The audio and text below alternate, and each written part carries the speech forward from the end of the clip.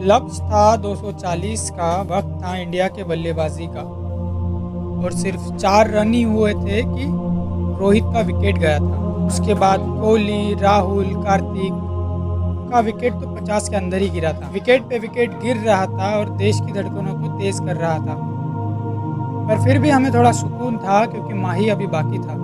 फिर पांड्या और पंत ने थोड़ा पारी को संभाला था, पर जैसे ही पंत आउट हुआ था तो माही 7 नंबर की जर्सी पहने ग्राउंड के अंदर आ रहा था।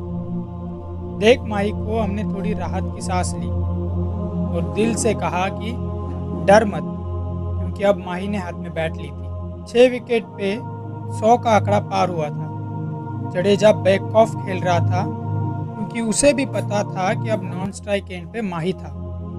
माही बस एक एक रन ले रहा था क्योंकि उसे भी पता था कि देश के उम्मीदों का भार उसके कंधे पर था। हमने कभी वॉरियर को लड़ते हुए नहीं देखा था, वो बस किताबों और कहानियों में पढ़ा था।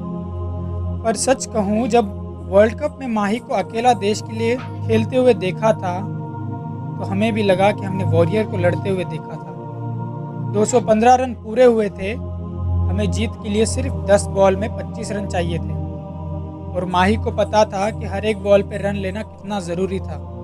माही ने 48वें ओवर के तीसरी बॉल को मारकर तेजी से दौड़कर पहला रन पूरा किया था। दूसरे रन के लिए माही जी जान से दौड़ रहा था, पर कुछ दूरी के फासले ने माही को आउट किया था।